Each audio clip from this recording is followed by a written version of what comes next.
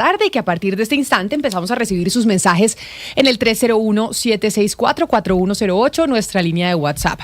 En Panamá está casi que todos los líderes colombianos también, no solo latinoamericanos. Nos dijo Gonzalo Lázari que, pues por interno, que había una cantidad de colombianos desfilando por Panamá y ese centro de convenciones donde se está llevando a cabo, Gonzalo, la reunión de la CAF, el Foro Económico de la CAF.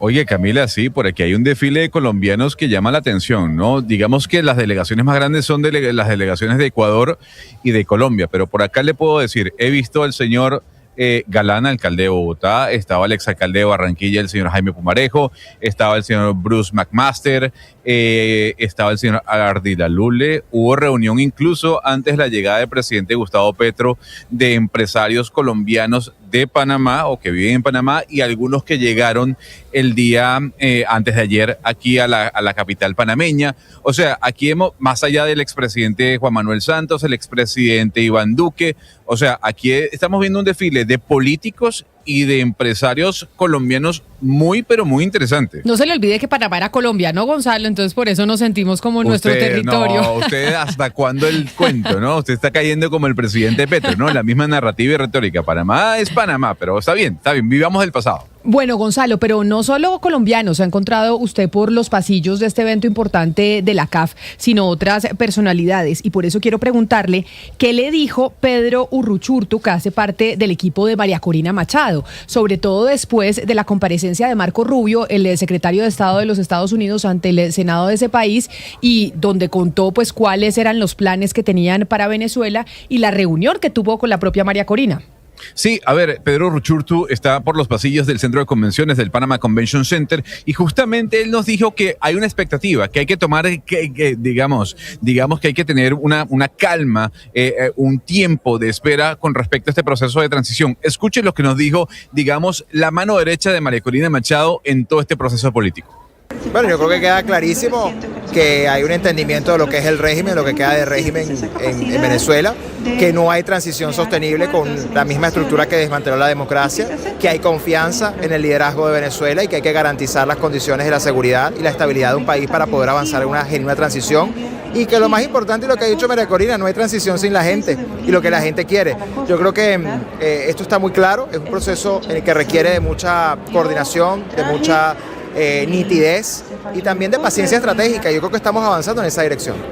Mire, hay una pregunta que usted siempre me ha hecho, Camila, y le hace a los venezolanos que escuchan este programa, y es, bueno, están gobernando los mismos con las mismas, y de allí es la pregunta, bueno, ¿qué le dice al venezolano y al latinoamericano que está ansioso por la transición? De que los tiempos tal vez no son lo que uno cree y que necesitamos, y me incluyo yo como venezolano, sacar a quienes han sido parte de este régimen por más de 25 años, y así nos respondía. Confianza en la gente, María Corina siempre insiste en esto, confianza en la gente, confianza en lo que hemos hecho. Vayamos a los hechos, esto ha sido un proceso que ha ido incrementándose, que ha sido exponencial y en el que paso a paso ha habido hechos muy concretos que no solamente nos dan confianza en el liderazgo que tenemos en este momento, sino en las cosas que se están logrando.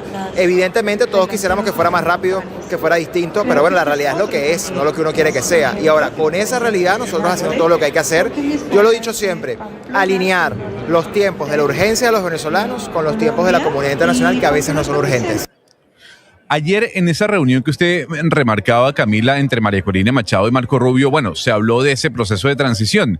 Incluso en la sesión que tuvo el secretario de Estado de los Estados Unidos con los congresistas norteamericanos se hablaba de, bueno, ¿y entonces para cuándo? ¿Cuál es el tiempo? Y Marco Rubio decía que las autoridades venezolanas están cooperando, que más de 20 años que se tenía esta relación rota, por llamarlo así, no se había tenido un canal de comunicación tan abierto, tan directo como el que se tiene hoy en día. Y al consultarle a Pedro Urruchurtu si el gobierno o si la llegada de María Corina Machado incluiría en ese gobierno de transición a miembros del régimen, esto nos comentó. Este es un régimen que ha demostrado reiteradamente que se burla de la buena voluntad de actores internacionales, que además no tiene garantía de cumplir su palabra y que sigue siendo una estructura criminal. Y evidentemente habrá que llegar a momentos de conversación y de condiciones óptimas, pero el punto es que lo primero es que aquí se conserve y se preserve lo que la gente quiere. Pero además, más importante que todo esto, no hay transición con presos políticos, no hay transición con represión. Entonces, hasta que no se liberen todos los presos políticos, hasta que no cese la represión y hasta que quienes son los responsables no paguen por los delitos que han cometido, es muy difícil poder avanzar, porque al final, insisto, ¿dónde queda la gente en esta discusión? Entonces, al final, Venezuela tiene que entrar en una fase que ni siquiera es de reconciliación, es una fase de sanación como sociedad, pero para eso tiene que haber justicia y tiene que haber libertad de verdad. Y esa es la garantía de que el liderazgo en el que la gente confía esté presente en este proceso. Ahí, Camila, le tenía a Pedro Rochurto, ¿no? En medio de la noticia que fue la reunión entre Marco Rubio y María Corina Machado. Así es, por eso le preguntaba que qué le había dicho y después de esa reunión.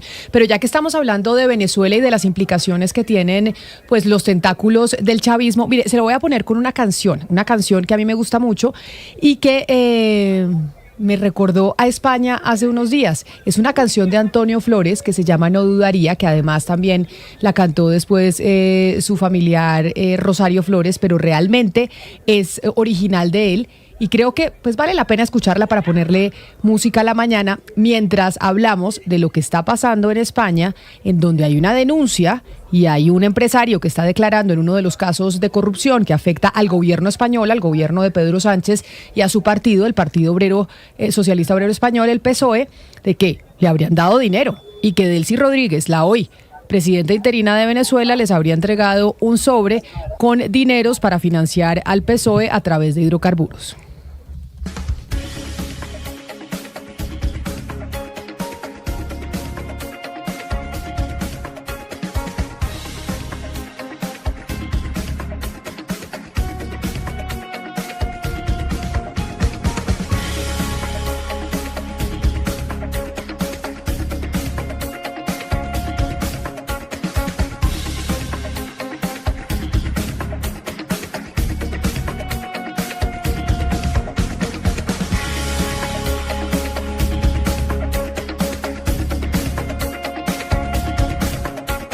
Y con el no dudaría, yo creo que muchos hoy están diciendo no dudaría si volviera a vivir, pues no tener esas relaciones con el chavismo y con el gobierno venezolano en su momento, Gonzalo, porque vio pues el escándalo que se desató en España cuando uno de los empresarios que está investigado en uno de los tantos casos de corrupción que está enfrentando el gobierno español, un empresario que se llama Víctor Aldama, pues llegó a declarar y dijo que Delcy Rodríguez les había entregado un sobre y que les había entregado un sobre con financiación para el PSOE y empezar otra vez a jalar esos hilos de cómo el chavismo habría financiado política española, no solo al partido Podemos, sino también al PSOE, que es hoy el partido en el poder.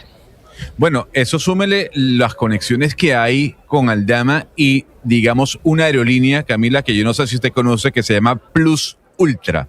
Esta aerolínea que tiene conexiones entre el gobierno venezolano y el PSOE también hace parte de todo este esquema de corrupción que involucraría a Aldama, a Ábalos, a Coldo, que son miembros del PSOE, que son empresarios que habrían tenido esa cercanía con el gobierno del régimen chavista. Yo le voy a dar un datico, porque los tentáculos del régimen chavista no solo se van a España, ya que estamos acá en Panamá, Camila, le tengo un datico. Ayer el presidente Noboa salió corriendo, pero cuando le digo literal, corriendo del centro de convenciones en donde nos encontrábamos, porque se montó en un avión directo a Ecuador. Canceló toda la jornada que tenía en Panamá, toda, digamos, toda su estructura de eventos, porque tenía que ir por temas de seguridad. Y ese tema de seguridad estaría involucrado o estaría mencionando la posibilidad de que Luisa González, ex candidata presidencial por el correísmo, habría recibido dinero del gobierno chavista y eso estaría a punto de explotar en Ecuador. Y Gonzalo, esta trama que es un puente, Camila, en el que se cruza el chavismo con, incluso en España ya lo que dicen el sanchismo, empieza con este señor Aldama. La Guardia Civil Española hace un informe policial en el que encuentra comunicaciones en una aplicación de mensajes cifrados entre Delcy Rodríguez y este señor Aldama. Uh-huh. Lo que se intuye es que hay pistas de cómo el gobierno chavista y el gobierno de Pedro Sánchez habían hecho casos de corrupción por gastos de la pandemia y gastos en insumos sanitarios. Y Ábalos, José Luis Ábalos, que en ese momento era el ministro de Relaciones Exteriores, fue el que programó la visita de Delcy Rodríguez en plena pandemia, en la que nadie se enteró. Delcy Rodríguez terminó diciendo que eso fue fue a visitar España en plena pandemia por un tema pues diplomático, pero se demostró que en esas conversaciones entre Aldama y Delcy Rodríguez, gestionada por Ábalos, había temas de oro y tema de insumos sanitarios para el COVID para España. Y ahí es donde entra también a jugar Rodríguez Zapatero, ¿o no, Sebastián? Porque también se ha dicho que una de las conexiones entre el PSOE, el partido del presidente de España, Pedro Sánchez, y el gobierno de Venezuela es el expresidente Zapatero, que hace parte de ese partido y que además ha venido asesorando a Pedro Sánchez pues en los últimos años. Sí, y muchas de las comunicaciones que se han, digamos, interceptado entre este empresario que al final es un puente, pues Camila, al final el gobierno español le ha costado mucho explicar eso y se ha agrandado mucho, cada vez tiene más huecos esto que se llama la trama Coldo y aparece pues ahora Gonzalo, este empresario que es intermediario. Y bueno, yo creo que se empieza a reforzar lo que se había pensado muchas veces, que es la relación entre estos dos gobiernos de un montón de cosas que son difíciles de explicar. Lo que uno no entiende es cómo Pedro Sánchez, de verdad, viéndolo desde afuera y ahora que hay tantos colombianos en España y que se conectan con nosotros a través de nuestro canal de YouTube y nos escriben a nuestra línea de WhatsApp, es cómo Pedro Sánchez se mantiene en el poder. O sea, cómo sigue en el poder a pesar de todos estos escándalos de corrupción. Ellos tienen elecciones en el 2027, pero podrían convocar antes, por cuenta de todos estos escándalos que han salpicado al gobierno de ese país. A mí me parece que Pedro Sánchez es un malabarista de la política, digamos, tiene una habilidad impresionante. Pero Sebastián... Y cada vez que está en el paredón Gonzalo o está ahí coqueteando con caer al precipicio, saca algún truco, o adelanta elecciones o hace un nuevo aliado. Y hace elecciones en verano cuando todo el mundo está descansando. Y acuérdese que, Gonzalo, acuérdese que Feijóo, que era el candidato opositor del Partido Popular, marcaban de primero en todas las encuestas. Sánchez convoca elecciones y las gana. Realmente no las gana. Gana el PP, gana Feijóo, pero él hace alianzas con los separatistas, que son los partidos de Cataluña. Y entonces, por eso es cuando usted va a España, dicen muchos, es que este señor está vendiendo el país, porque para sostenerse en el poder tiene que hacer esas alianzas con los separatistas españoles. No, es que efectivamente es eso, es que Sebastián deja fuera del análisis lo que hizo Pedro Sánchez, o sea, es que el señor, era impensable que el PSOE le diera el apoyo a los separatistas o buscara que los separatistas le dieran el apoyo al PSOE para tener la mayoría, y es que allí en donde viene la crítica en contra de Pedro Sánchez, y de esa forma, como usted bien dice, con malabares, el señor va quedando en el poder, o sea, es que Pedro Sánchez tiene más vida que un gato, ¿no? Y seguramente va a intentar buscar la continuidad en el poder el año que viene. Y le han salido muchos escándalos de corrupción, este señor José Luis Ábalos, no solamente Gonzalo, pues el tema del chavismo, sino ha salido, Camila, un montón de gastos y de reuniones que el señor tenía con prostitutas y con una vida pues extraña, con